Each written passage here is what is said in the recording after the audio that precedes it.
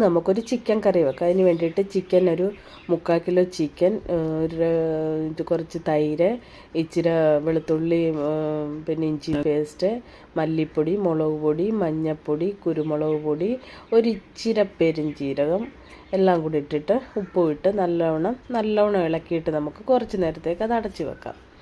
എന്നിട്ട് നമുക്ക് ഉള്ളി വഴറ്റാം. ഒരു 2 മീഡിയം സൈസ് ഉള്ളി വഴറ്റിയിട്ട് അതെടുത്ത് നമുക്ക് പിന്നെ മൂത്ത് കഴിയുമ്പോൾ അതെടുത്ത് മാറ്റി വെക്കാം. ഒന്ന് തണുക്കാൻ വേണ്ടിയിട്ട് മാറ്റി വെക്കാം.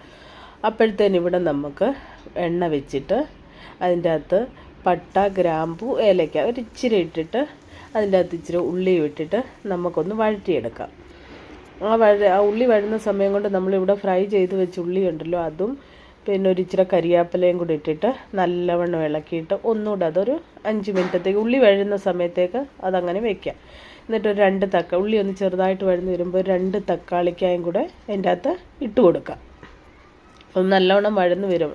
ഒത്തിരി ആണ്ട, കളറാകുന്നതിന് മുന്നേ നമുക്ക് ഈ ചിക്കനും എല്ലാം പുരട്ടി വെച്ചില്ലേ, അതുകൂടെ നമുക്ക് അതിൻ്റെ അകത്ത് ഇട്ട് കൊടുക്കണം. ഉള്ളി അതുകൂടി ഇട്ട് കൊടുക്കാം. നമുക്ക്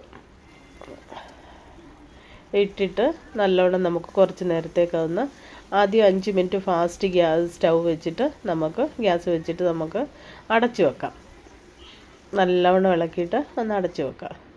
അടച്ചു വെച്ചിട്ട് 5 മിനിറ്റ് കഴിയുമ്പോൾ ഒന്ന് ഇളക്കി കൊടുത്തിട്ട് അത് സ്ലോയിൽ വെക്കാം. ഗ്യാസ് സ്ലോയിൽ വെച്ച് ഇച്ചിരി ഒരു 5 മിനിറ്റ് സ്ലോയിൽ വെച്ച് ഒരുമാതിരി ഇത് സോഫ്റ്റായി വരുമ്പോൾ നമുക്ക് വെള്ളം, നല്ല തിളച്ച വെള്ളം, ഒന്ന് തിളപ്പിച്ചെടുത്ത വെള്ളം നമ്മുടെ ആവശ്യത്തിന് ഒഴിച്ചു കൊടുക്കും. നമുക്ക് എത്ര ചാറ് വേണോ അത്രയും ചാറിന് വേണ്ടിയിട്ട് ഒഴിച്ചു കൊടുക്കുക.